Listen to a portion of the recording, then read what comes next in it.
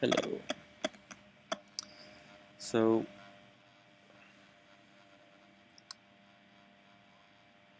I want to speak about breath because I've been approaching it from this point of seeing how breath is an expression and an extension of myself as a decision of who I am in the moment.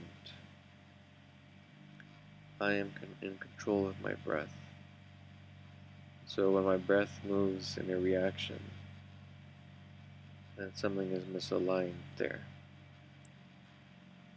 So for example, I can express my breath to be in alignment that is supportive to what I'm physically doing, as well as part of my expression in the moment. Those two are one and the same. So for example, when going to sleep, I can breathe more deeply, I can initiate sleep, I can start the process of going to sleep. That is a decision and a movement to do so. And that breathing, if I see my breath is short, is anxious, representing a kind of emotion, I can move in the opposite direction of it. I can counteract it. And I find it is effective in directing myself, my body, to at least the point. This is something different than doing self-forgiveness, like out loud. Self-forgiveness out loud is supportive. However, it's like what I'm doing now is I reached a point where what I need to do is directly physically change the point. And what that practically means here, in this case, for example, like going to sleep, is breath. Is deciding to breathe in my body. And what have happened to me in these moments is, and what have had happened to me in these moments is, I make a decision to be with my breath and stick with my breath. And then I'm doing my day, and then I do something. And then, for example, watering the garden with a hose. Once I finish doing that, then I immediately continue with my breath again. Because there is that moment of simply of not doing a task yet. You are simply here.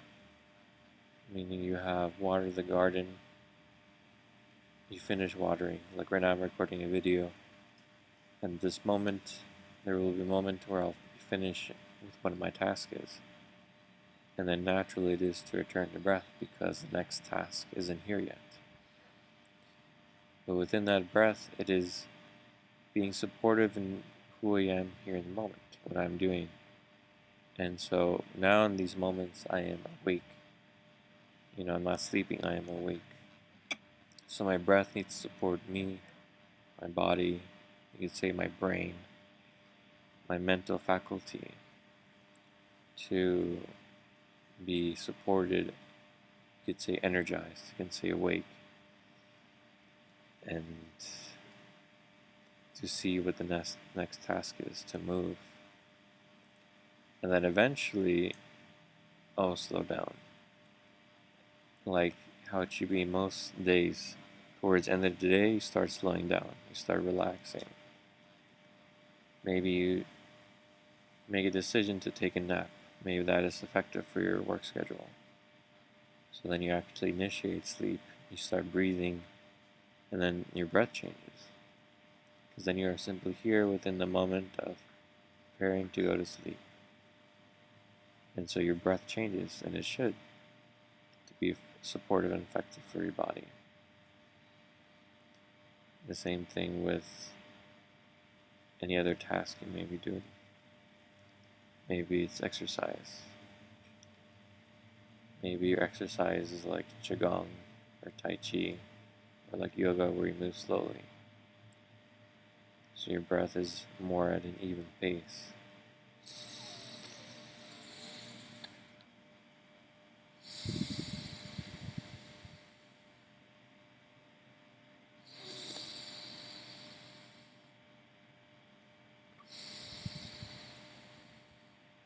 That is the breath that I use when I do yoga. With each in-breath, you make a movement, you make a pose. You stop for a moment, and then you breathe out. And then you do a new pose with each breath. And that is how it moves. It's very steady, very even, and very specific. And that breath is what's supportive for yoga. The same thing with everything we do in our lives. And when you really look at it in detail, there are many ways that your breath really is a point of an extension of who you are, including reactions. The other night I had a nightmare. Or like right on the edge of a nightmare. I was waking up, and I knew it was that point where in my mind I had imagined the scary situation, which was in a very apocalyptic, nightmarish movie scene of like all these monsters and zombies, and the threat of violence is right there. So in my mind I knew that, okay, I already created this point, it's here. If I go to sleep now, I'm going to enter into that point probably and have some scary dream or thought of some monster getting me, or murdering me, or chasing me, or surprising me.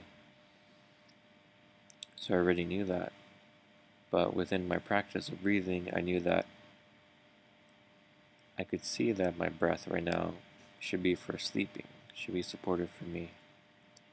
And I could see that within that nightmare, that fear, that point of just waking up and knowing this is what's here in my mind, that my breathing was effective. I could see that it was representing fear as anxiety. I could see that my breath was shallow, was compressed. So I focused on that point. I imagined that picture, that dream, that idea of it. Imagine pinching it, holding it there tight, and breathing.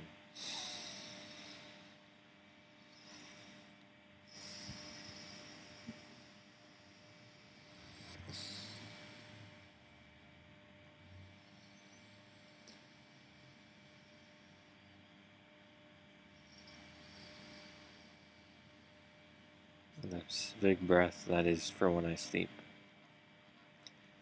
which is the same breath as being calm and relaxed. So I held it there and I breathed in that way, and I went to sleep because I let go of the energy, because energy was physically manifested as my breath. That anxiety, that nervousness, fear was within my breath. And as soon as I took back control of my breath, that was it. It released. It was that point of breath. It was that point of being manifested as my fear.